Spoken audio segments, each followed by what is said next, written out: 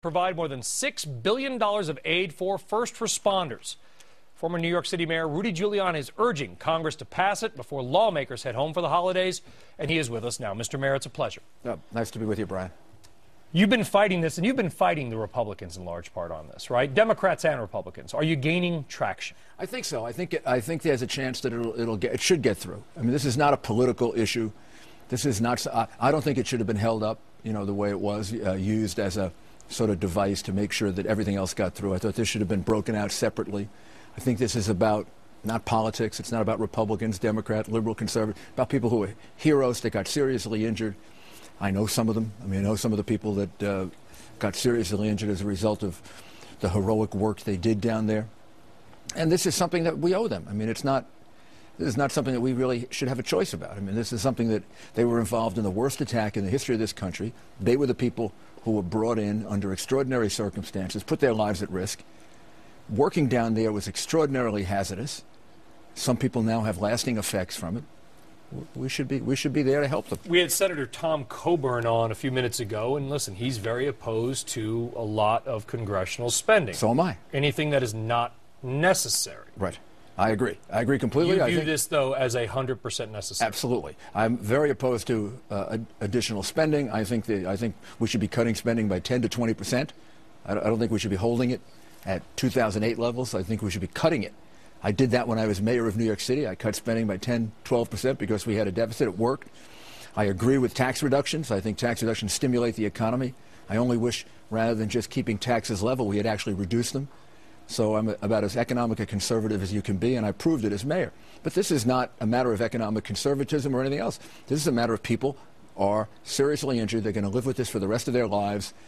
They should be taken care of. They should be given the support of our government for having helped us at a time in which they did extraordinary things. I remember the day of September 11, when this country was under attack. About 4 or 5 o'clock in the afternoon, hundreds of construction workers came down there, maybe thousands, and volunteered. And the uplift of that was just tremendous. And I knew how dangerous it was. There were fires below the ground of 2,000 degrees Fahrenheit and more. Anybody there could have been killed. It's only remarkable that in that cleanup effort, we didn't lose a life, someone falling into fire, someone getting hit by something. We almost did. I almost saw a firefighter have his head taken off by a crane. So these people were working under severe risk. It's terrible, absolutely horrible conditions. Some people arguing this say, well, they weren't really the people that were attacked, because we lost all those people that were part of the attack.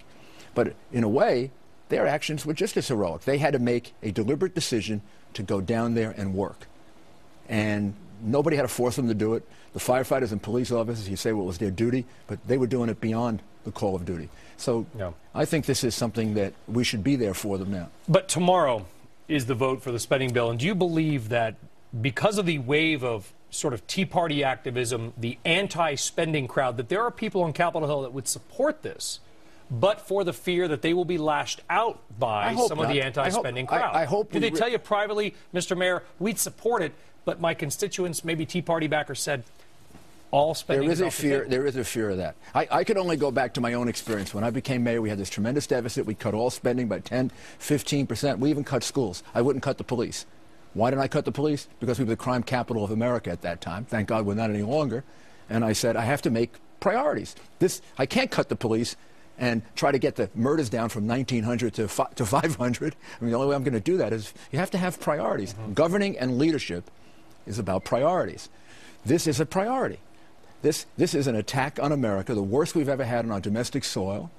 These people put their lives at risk. They now are, in some cases, seriously injured. Some of them, their injuries are going to only get worse as time goes on. If we expect people to do this for us, then we got to be there to support them. It's like our warriors, our wounded warriors in Iraq or Afghanistan.